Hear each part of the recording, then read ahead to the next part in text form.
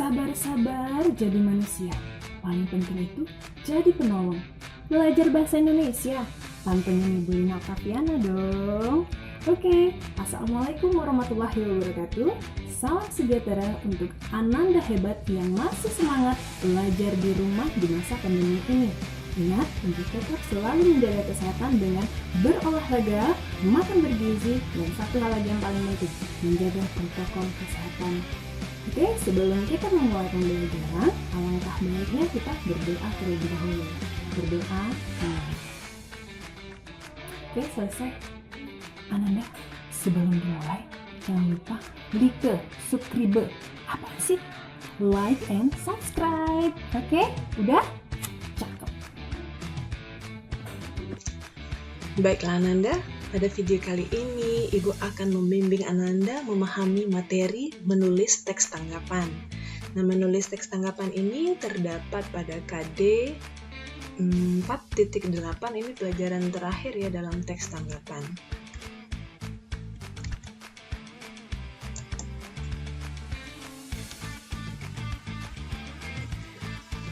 Pembelajaran KD 4.8 mengungkapkan kritik, sanggahan, atau pujian dalam bentuk teks tanggapan secara lisan atau tulis dengan memperhatikan struktur dan kebahasaan. Ini adalah diharapkan nantinya Ananda terampil menyusun ragangan atau kerangka teks tanggapan. Lalu, Ananda terampil menyajikan teks tanggapan terhadap karya teman. Nah, sebelum Ananda menulis teks tanggapan, Ananda harus paham dulu langkah-langkah dalam menyusun teks tanggapan tersebut. Apa aja itu ya? Yang pertama, tentukanlah objek tanggapannya.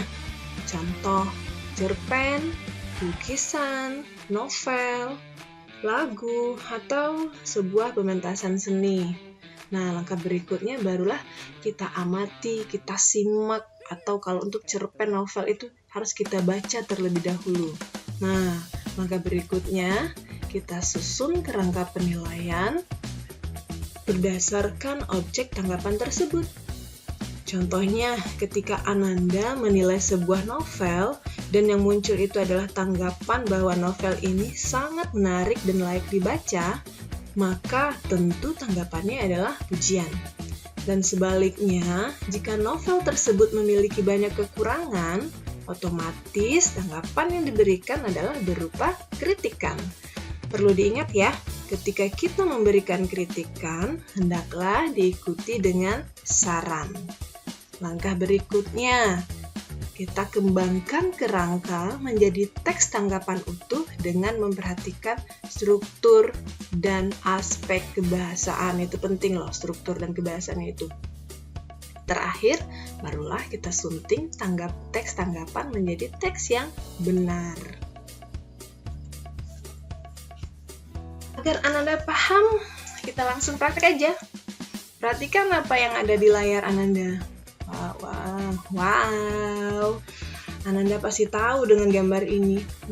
Ya iyalah ya. Tiap pagi, sore, setiap hari malah muncul ini di serial di MNC TV. Betul. Ya, siapa sih yang nggak tahu serial animasi Upin Ipin? Animasi paling populer di dunia anak-anak.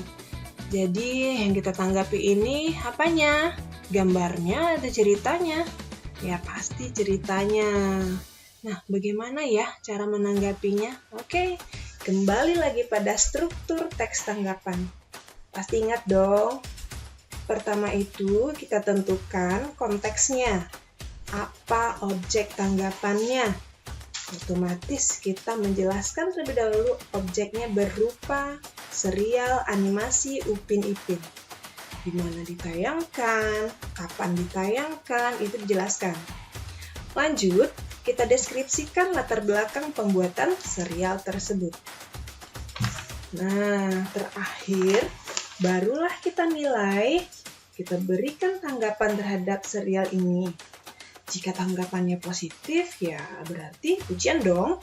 Kalau negatif, berarti ini serial punya kekurangan. Otomatis tanggapan berupa kritikan.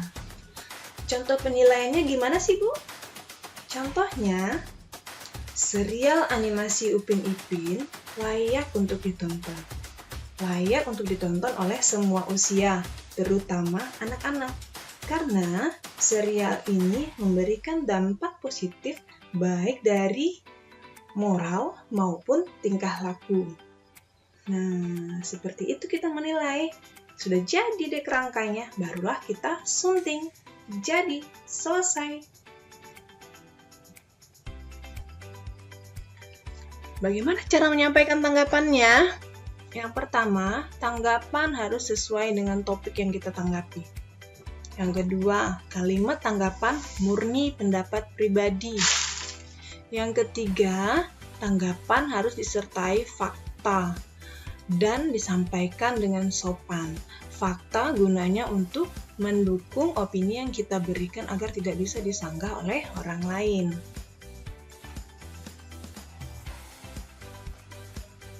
Ibu rasa kalian sudah mengerti ya, Ananda semua. Sekarang perhatikan 3 objek yang ada di layar Ananda. Yang pertama ada film animasi Keluarga Somad. Nah, ini tayang di RTV. Objek kedua, lirik lagu Zona Nyaman. Pasti tahu dong, tahu dong.